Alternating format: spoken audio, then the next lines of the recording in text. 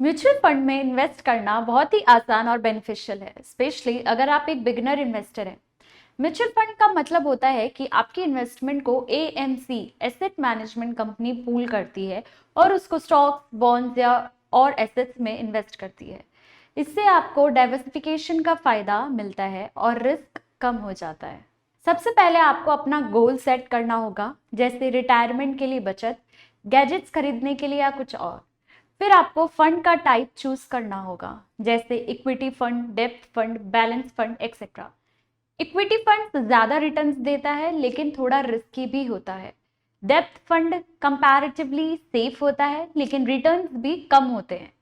फिर आपको actual scheme choose करनी है। यहाँ आप एक्सपेंस रेशियो, फास्ट परफॉर्मेंस जैसे फैक्टर्स को देख सकते हैं।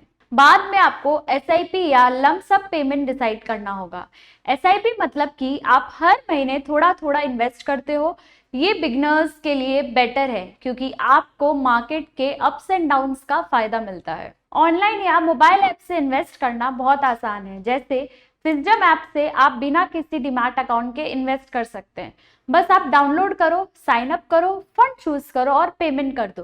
टैक्स भी म्यूचुअल फंड्स पे कंपैरेटिवली कम होता है। तो दोस्तों, म्यूचुअल फंड में इन्वेस्ट करना बहुत बेनिफिशियल है। आप डाइवर्सिफिकेशन और प्रोफेशनल फंड मैनेजमेंट का फायदा ले सकते हैं।